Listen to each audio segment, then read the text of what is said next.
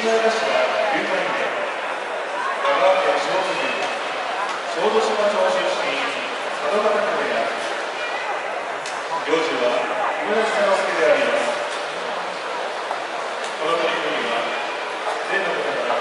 辻本郷電子法人、トラックバスのカッター、アウトドアブランドのチャンス、ドリーム吉は、小豆島ドリーム公園、おいしい実の国土の東海、並びに、ビルの富士の天然水、東海から検証があります。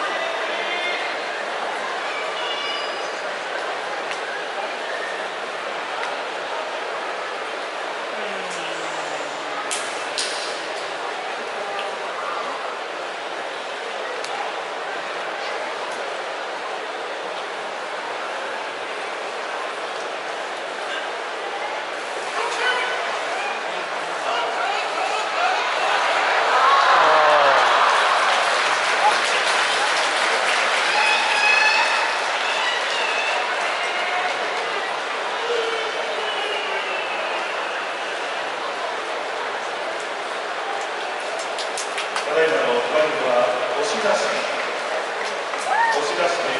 琴勇輝の